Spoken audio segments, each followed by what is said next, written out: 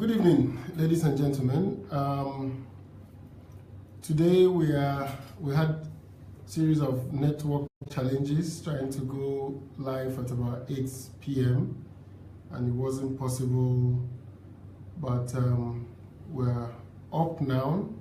We know it's late, but we decided to keep up with the Ask Osita series. For those who are live, you can get to watch, ask your questions, and interact with me. For those who are not awake now, we hope tomorrow, day after, you can go back and watch this on our timeline. Today we want to talk about according Onitsha, Nnewi, and our two business cities, the required status as commercial hubs. And then also I will use the opportunity to talk about the apprenticeship support scheme and my plan to make Anambra State an e-commerce and logistics hub. So Onitsha has the biggest market in West Africa, and it's a story we like to repeat on and on. We like to talk about Onitsha market, but you must agree with me if you've been to Onitsha, that visiting Onitsha market, the gap between the image of Onitsha market and the reality of Onitsha market is such a wide gap. So I think that we need to go back and look at our markets and look at our trade.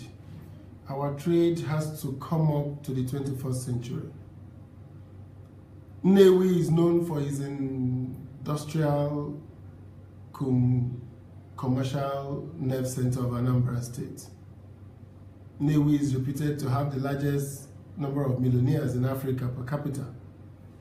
Nnewi is also known to be the home of many industrial moguls in Anambra State. But the future of trade and commerce in Nigeria, the future of trade and commerce in Anambra State is a future that has so many factors impacting on it. So number one, I want us to focus more on the future than lamenting about the past. The first thing we need to understand is that the internet is impacting the way we trade, the way we work, the way we live. So it must become obvious to all of us that the idea of our markets, the idea of trade is changing every day. We are moving from bricks and mortar shops to e-commerce centers. And I believe that that's one factor we must bear in mind as we talk about commerce in Anambra State.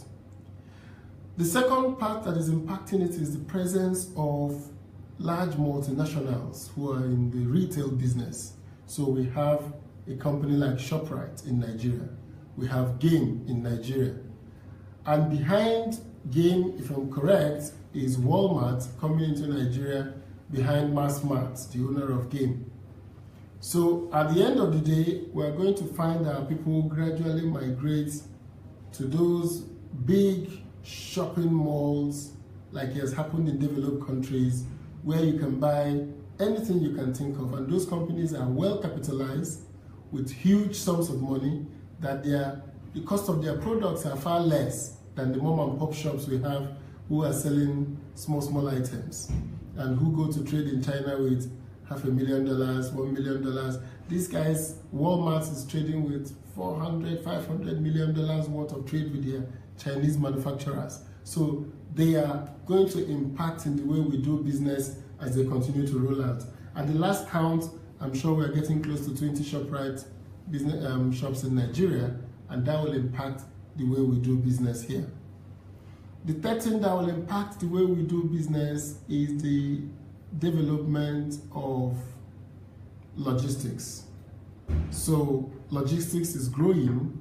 People are going to be able to move goods from one end to the other through airports, seaports, road, last mile, even with motorbikes, and with great visibility to the person who has ordered the goods. So you go to DHL now, you put on your tracking number, you will see at what point the goods left one warehouse, at the point it gets to the airport, at the point it lands in another location until it finally gets to you. So with that visibility, people don't feel the urge to go to the market. because you can order any goods, and Nigerian companies like God is Good and a few others are also beginning to offer that service where you can have great visibility on their products moving on the road. So now, looking at these three impacts, the idea of markets will have to change.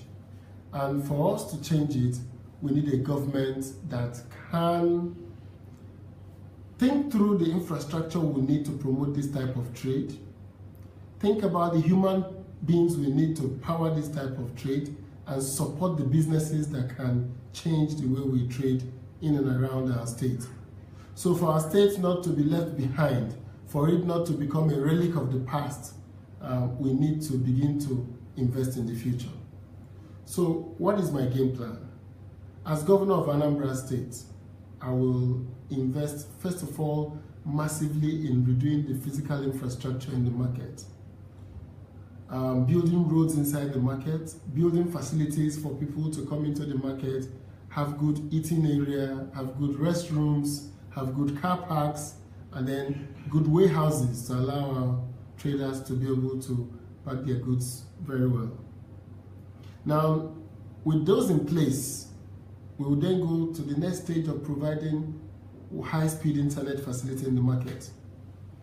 We need to put in high-speed internet facilities that are going to make it possible for people not to download large videos and images, but focus more on things like their WhatsApp, on their web portals for trade. And we believe that that will be revolutionary. It will allow Anambra people to take their goods, put it on WhatsApp, market it to people across the country and the West African region, and be able to consummate online sales. We're going to follow that up with making sure that the cashless policy that has led to a lot of POS systems in the market, we will sustain it, because the POS systems will be running on that Wi-Fi, making sure that all our markets are connected and making sure there are very limited chances of failure for those who distrust the POS system. But beyond the POS will be those money transfers, money payment mechanism. A lot has happened in our banking industry that we can benefit from by allowing ourselves to have access to the global markets. Now, the third part will be that because we are going to be working on our markets, we're going to look at all our motor parks across Anambra State. And we're going to encourage the motor parks to become some form of logistics hub. So we know that the trucks, the buses that are going for small packages, we will be expecting the buses to take those small packages to the next destination. For the big goods, we will expect the trucks to queue up, and we'll put on a tracking system that will create visibility and tell us what trucks are available, what destinations are available, how much they charge to their destination, so that people that are ordering goods online will have clear visibility on when their goods will leave Anambra State and when it will get to its destination. So I believe that the government, working with the people of Anambra State, will be able to create private businesses around this endeavor. I want to see more Anambra young people writing their apps to be able to help traders to place their goods online. So they will create web portals, they will create payment engines that will make it possible for our traders to work very well. Now, the key part of it is that we need to deal with the infrastructure part, then we need to deal with the human part. But the most important part of it is that we're going to bring in a local private equity firm into Anambra State. And we're going to try to access all the federal government loans that are available for trade, for commerce, and for industry. A lot of money is available there, which, partnering with a private equity firm, and with the federal and with the state government putting some money down, we can begin to seed businesses that will be employers of labor in Anambra State. So I think that we need to begin to rethink the concept of a market and begin to think about it as an agglomeration of businesses that will continue to exist even in the data age. So with that in mind, it means that we have to rethink the apprenticeship scheme in Anambra State. So we have a problem now that Anambra young people are no more learning trade in the market. They're trading some more quick shortcuts to riches. But we need to return them to the markets if we want to grow the next generation of businessmen. and we need to align them with their mentors. We need to align them not just with mentors alone, but we're also providing them with credits, low interest credit, free credits to take off in their business. But for them to do that, they have to be registered in the apprentice support scheme. They have to attend to go to our, what I will call our off-cycle schools. So we're going to reintroduce evening education, and we're going to introduce weekend education to teach them basic business skills and basic skills that will make them viable entities in the global business arena. So I think that what needs to happen in our state, what needs to happen is that we need to have a forward-thinking government. And when if I get funding Azuafia in Anambra State, it was Azuafia kita abrozi to get Azuafia in the next 10 years. Unu na anyo na funu umuaya da gazinafia, umuaya da muziafia, makani umuafia kita anua abrozi fendi mwali na ichekubi umusiafia na nko ogagi, oga medu afia, umusiafia na nko ogagi, obodo go fife mena musiafia. When I itinye this apprenticeship support scheme, umuasina boy register for the scheme. In non akonyi na amuafia, go 3 years or 4 years. Oduraga afia, state government ge wote go nyegi, ki wetinye bida afia. Mana tupi ibiro nyeba afia, iga school, state government ge set up. Just school afa abro nke ikuziba akwụkwọ ka iburo onye na-eje secondary school or university. No kama ka inwe ike manage a business, malu ka esi register business. Malu ka esi account for ego zụta n'afia, malu ka esi eje online jiri aka gị order a feature from China. So the future of our state is a future that will be determined by our investment in the right infrastructure. The current investments we are making in the state is the infrastructure of yesterday. We are building the roads without thinking about what it is that will be the enablers for the human resource in Anambra State. My major goal as governor is to unleash the huge potential of the Anambra human resource base. We need to unleash that potential. We need to give our young people the reason to exist. We need to make them understand that government works for them. We need to make them understand that our investment in infrastructure will be to give them the capacity to become economic agents. Our people's feeling of alienation in our country, Nigeria, today is worsened by the fact that our states in the southeast haven't understood the importance of the human capital we have. And my covenant with India Anambra is that that human capital will be the basis of our government, making it compulsory for every child to go to school from elementary 1 to JS3, making sure that early child education, early child development is the focus of our government, and making sure that after JS3, if you want to learn to trade, we will make sure that you are aligned with a good master who will teach you the trade, but more importantly, we will educate you and we will make sure you have mentors who will make sure they continue to advise you as you develop in your business. The state can become a business enabler. Most of the business that you see in China is enabled by the government. The people that say that government have no business in business are getting it not fully correct, because the idea of government is to make sure you create equal opportunities, is to make sure you create level playing field, and is to make sure that you enable business.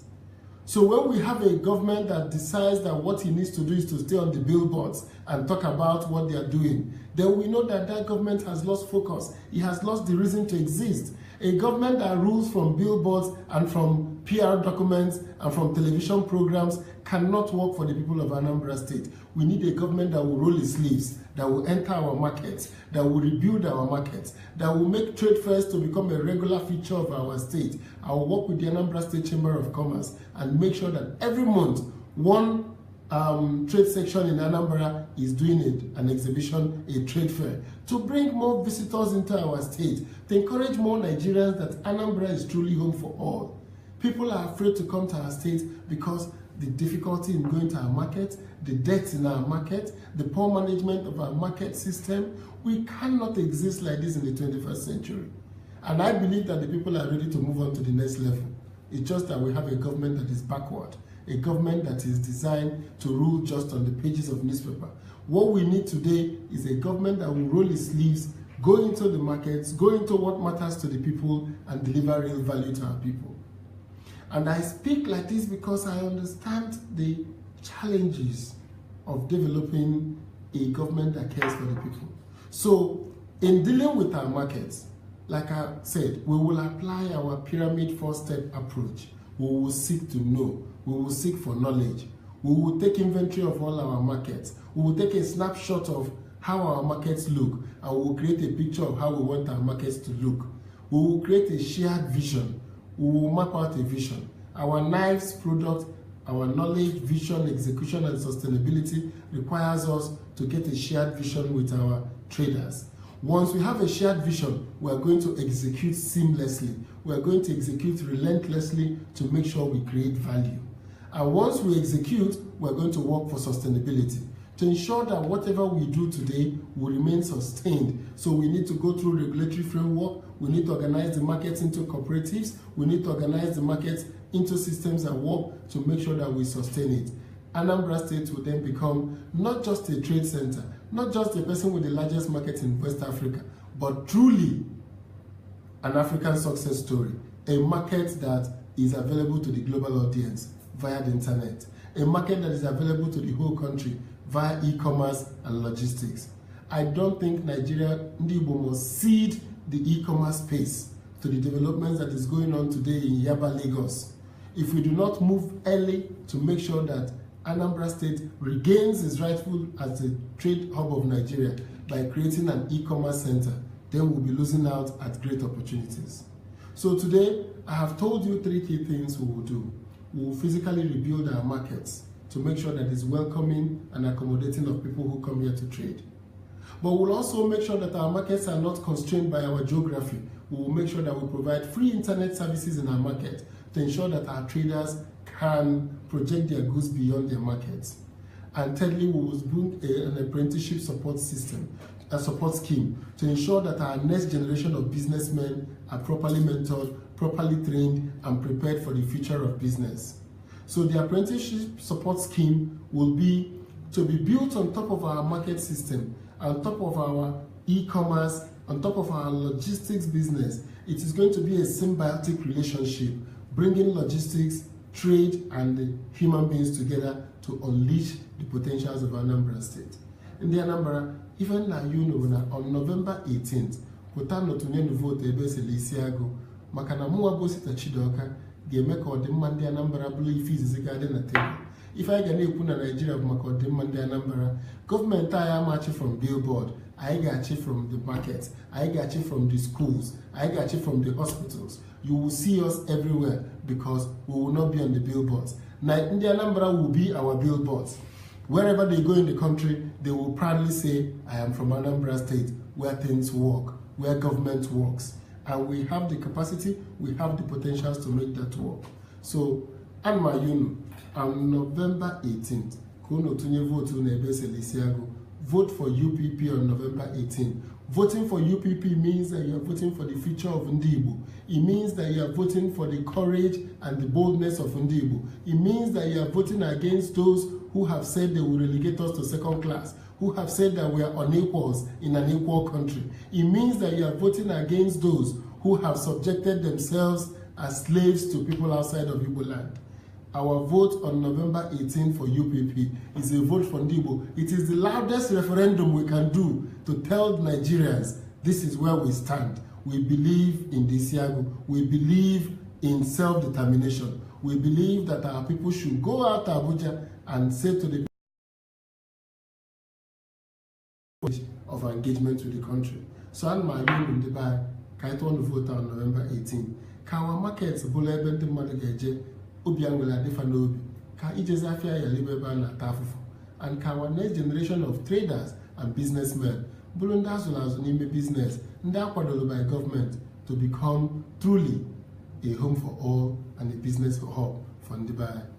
Dalun.